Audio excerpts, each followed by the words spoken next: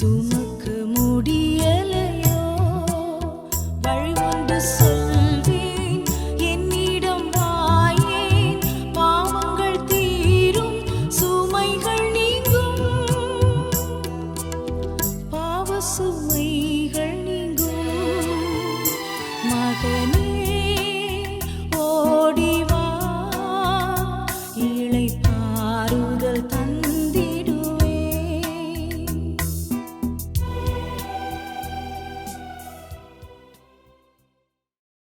கர்த்தருக்குள் அன்பானவர்களே, அனுதினமும் கிறிஸ்துவுடன் தியான வேளைக்கு உங்களை அன்புடன் அழைக்கிறோம்.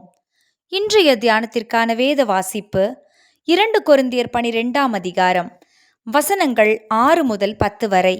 தியானத்தின் தலைப்பு பலவீனங்களிலும் மாறாத சந்தோஷம். ஆகையால் கிறிஸ்துவின் வல்லமை என்மேல் தங்கும்படி என் பலவீனங்களை குறித்து நான் மிகவும் சந்தோஷமாய் மேன்மை பாராட்டுவேன். 2 கொரிந்தியர் 12ஆம் அதிகாரம் வசனம் 9. வாழ்வின் பெரும் துன்பங்களில் மாத்திரமல்ல, சகல நிலைகளிலும் கர்த்தருடைய கிருபை நமக்கு போதுமானது என்ற விசுவாசம் நமக்கு இருக்குமானால் நாம் ஒருபோதும் அசைக்கப்பட மாட்டோம். மாத்திரமல்ல, எல்லா நிலைகளிலும் நாம் சந்தோஷமாகவும் இருக்க முடியும். நேற்றைய நாளில் நாம் தியானித்தபடி தனக்கு நேரிட்ட அந்த முள்ளின் வேதனை தேவன் அனுமதிக்காமல் வந்திருக்க முடியாது என்பதில் பவுல் உறுதியாயிருந்தார். ஆகையினால்தான் அவர் கர்த்தரையே சார்ந்து ஜெபித்தார்.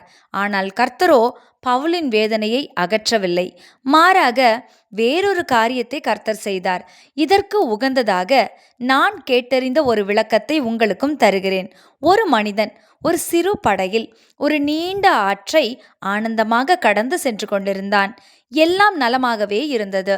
திடீரென பார்த்தபோது முன்னே ஒரு பெரிய குன்று இருப்பதை கண்டான். அது அவனுடைய வழியை அடைத்தது போல காணப்பட்டது. இப்போது அவன் என்ன செய்வான்? முன் செல்லவும் முடியாது, பின்னே திரும்பவும் முடியாது. ஆகவே அவன், ஆண்டவரே, இந்த குன்றை அகற்றி போடும் என்று மிகுந்த விசுவாசத்துடன் ஜெபித்தான். விசுவாசத்துடன் கண்களை திறந்தான். ஆனால் குன்று அந்த இடத்திலேயே நிமிர்ந்து நின்று கொண்டிருந்தது. அவன் மனம் சோர்ந்து போனான். அப்போது என் கிருபை போதும் என்ற வசனம் அவனுக்கு நினைவுக்கு வந்தது. ஆனால் இந்த கிருபை இப்போது என்னை என்ன செய்ய சொல்லுகிறது என்று குழம்பி தவித்தான். திடீரென பார்த்தபோது ஆற்றின் நீர்மட்டம் மெதுமெதுவாக உயருவதை உணர்ந்தான். சிறிது நேரத்தில் தண்ணீர் குன்றை மறைத்து மேலாக ஓடியது. அவன், ஆண்டவரே, உமது கிருபை போதும் என்று சொல்லி ஆனந்தமாக கடந்து சென்றானாம். கர்த்தருடைய கிருபை தடைகளை நீக்காத மாதிரி கண்களுக்கு தெரிந்தாலும் தடைகளுக்கு மேலாக அவர் நமக்கு வழிகளை உண்டாக்குவதற்கு அவருடைய கிருபை நமக்கு நிறைவாக இருக்கிறது என்பதை நாம் நம்ப வேண்டும். தடைகள், பிரச்சனைகள் சூழும்போதுதான் கர்த்தருடைய வல்லமை நம்மில் விளங்குவதற்கு தருணம் கிடைக்கிறது. அந்த வல்லமை விளங்க நம்மை அவர் பாத்திரமாக எண்ணுகிறாரே, அந்த கிருபை போதாதா? இப்போது பவுலுடன் சேர்ந்து கிறிஸ்துவின் வல்லமை என்மேல் தங்கும்படி என் பலவீனங்களை குறித்து நான் மிகவும் சந்தோஷமாய் மேன்மை பாராட்டுவேன் என்று நம்மால் கூற முடியுமா? ஜெபம் செய்வோமா? அற்புதங்களின் தேவனே, தன்னுடைய பலவீனங்களிலும் சந்தோஷமாய் மேன்மை பாராட்டின அப்போஸ்தலராகிய பவுலைப் போல எங்கள் துன்ப துயரத்திலும் உம்மையே துதிக்க எங்களுக்கு உதவி செய்யும்.